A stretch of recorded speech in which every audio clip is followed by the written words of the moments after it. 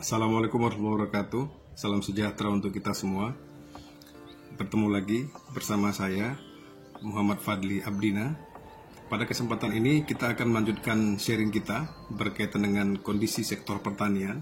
Dalam kesempatan ini saya akan melakukan sharing dengan tema tata kelola pangan. Berbicara soal pangan ini tidak pernah ada habisnya. Terlebih dalam kondisi saat ini kita diterpa wabah pandemi COVID-19.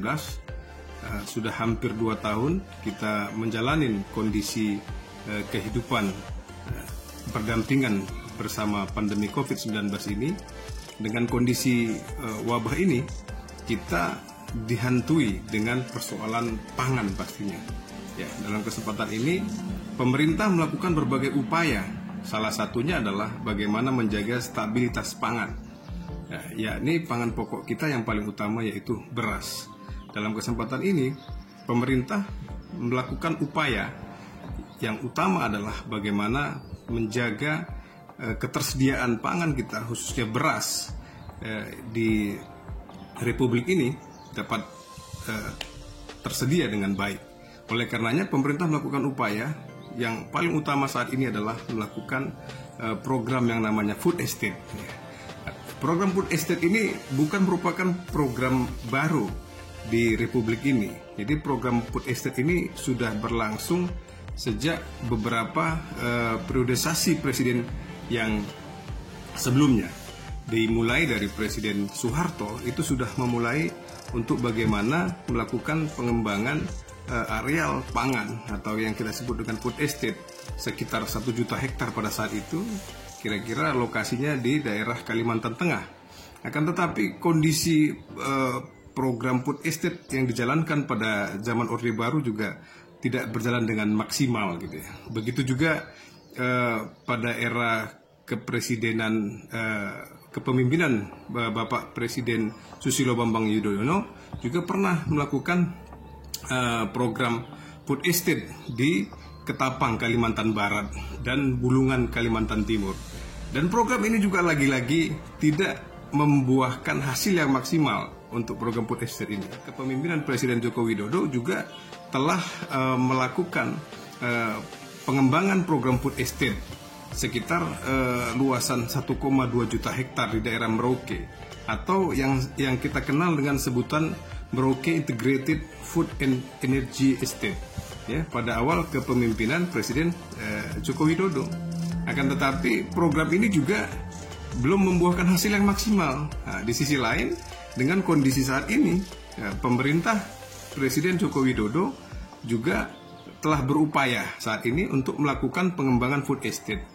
Dan dalam konteks pengembangan food estate ini tidak terlepas dari bagaimana pengembangan tata kelola pangan yang baik. Artinya apa? Pengembangan tata kelola pangan ini bagaimana penataan pengelolaan pangan nasional kita dari mulai hulu hingga hilir. Nah, ini yang paling penting. Kalau tata kelola pangan ini tidak dikelola dengan baik, maka menurut kami program food estate ini dari kepemimpinan presiden maka akan kurang berjalan dengan baik. Berbicara pengelolaan tata kelola pangan kita, ini tidak terlepas dari pengelolaan sistem agribisnis kita dari mulai hulu hingga hilir serta sarana atau fasilitas pendukungnya gitu. Banyak kita temuin di berbagai daerah di desa gitu ya. Ketika memasuki musim tanam, petani banyak yang mengeluhkan bagaimana susahnya untuk memperoleh pupuk atau kelangkaan pupuk ini di daerah gitu. Kemudian yang kedua, ini terjadi lonjakan-lonjakan harga yang tidak normal gitu ya. Kemudian juga petani di sisi lain susah untuk memperoleh alat-alat mekanisasi pertanian. Nah, ini subsistem yang pertama dari sistem agribisnis kita ini masih bermasalah ini ya. Dengan kondisi ini bahwasanya cerminan pengelolaan tata kelola pangan kita yang kurang baik ini pengelolaan subsistem yang pertama ini gitu ya. Dari mulai harga, kemudian kelangkaan, kemudian untuk memperoleh mekanisasi pertanian ini agak susah ya untuk di beberapa daerah tertentu. petani untuk mendapatkannya sangat susah gitu ya. Kemudian yang kedua, untuk subsistem yang kedua adalah bagaimana petani ini melakukan subsistem yang kedua dalam hal untuk pengelolaan hama, kemudian penyakit, kemudian bagaimana menghadapi anomali iklim yang terjadi, kemudian mengupgrade pengetahuan petani, kemudian sarana-sarana fasilitas untuk penunjang usaha tani mereka seperti irigasi dan lain sebagainya gitu.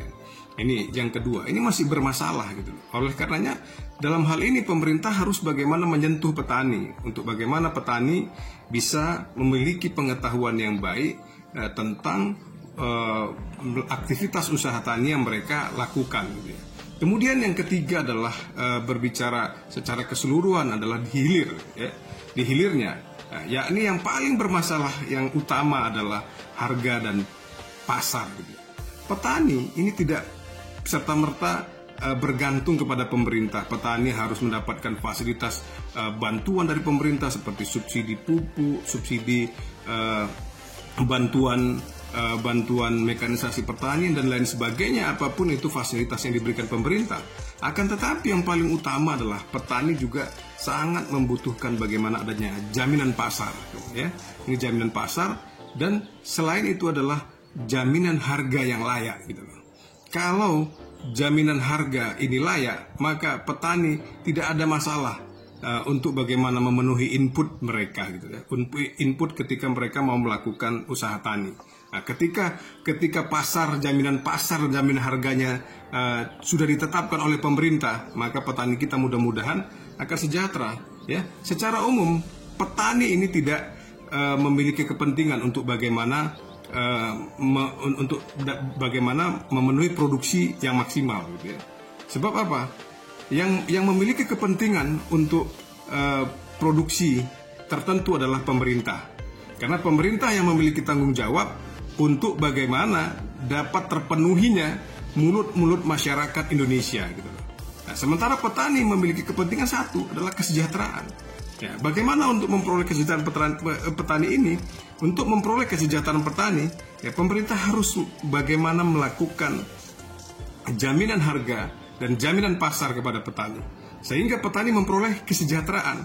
Sedikit pun yang dihasilkan petani, ketika hasilnya pasarnya itu dapat dijamin dengan harga yang baik, maka petani akan memperoleh kesejahteraan. Ya. Yang berikutnya adalah subsistem pendukung. Nah, ini yang tidak kalah pentingnya dari subsistem hulu hingga hilir tadi gitu. Nah, bagaimana dari subsistem pendukung ini ya, pemerintah dapat memfasilitasi petani. Yang pertama dari sisi pembiayaan. Ya, pembiayaan.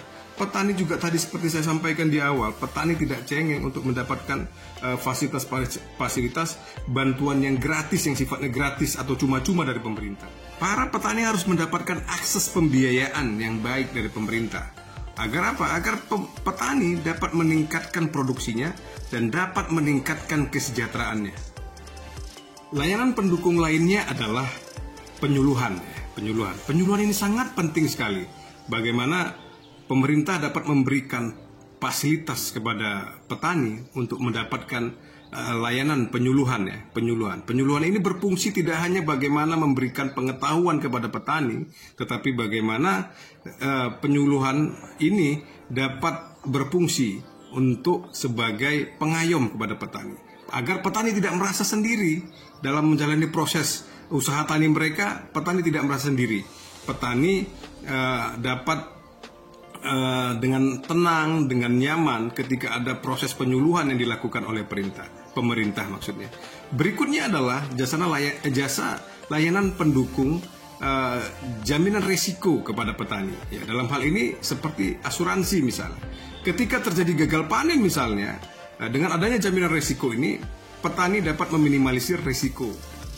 Berbicara pengelolaan tata kelola pangan ya, di negara kita ini masih terjadi banyak persoalan ya, masih banyak persoalan ya. Di antaranya bagaimana terjadi kesenjangan ya, kondisi ideal dengan kondisi lapangan ya. Kondisi ideal ini seperti tadi sebelumnya sudah saya sampaikan ya. Kita menginginkan produksi yang maksimal gitu ya kepada petani gitu ya. Akan tetapi kondisi yang terjadi di lapangan tidak sesuai dengan kondisi yang kita inginkan. Contohnya seperti tadi, kita inginkan produksi yang maksimal, tetapi di lapangan banyak terjadi persoalan-persoalan yang menimpa petani kita, seperti kelangkaan pupuk misalnya, harga yang tidak normal, dan lain sebagainya. Ini merupakan kondisi yang menurut kita adalah ini kondisi yang tidak ideal, ya, tidak sesuai yang kita inginkan apa, tetapi kondisi faktual yang terjadi di lapangan seperti apa gitu ya.